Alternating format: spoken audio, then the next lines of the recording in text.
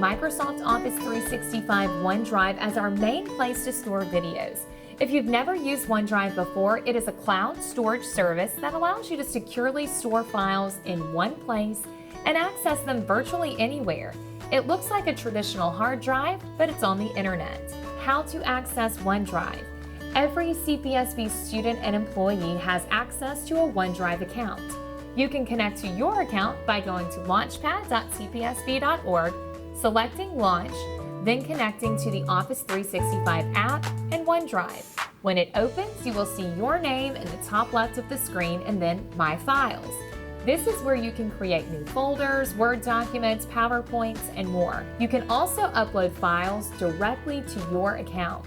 TVP Workflow. For the workflow in television production, you will have access to a shared folder called TVP 2020 through 2021. In this folder, you will see every unit we will be working through this school year. Each time you complete a video assignment, you will be directed to upload the final video to the unit folder. Example, let's say you finished your Edit Challenge project. Your instruction will be to upload your video to the TVP Edit Challenge unit folder. To do that, you'll just click on that folder, then go to the Upload option on the top panel, then select your file.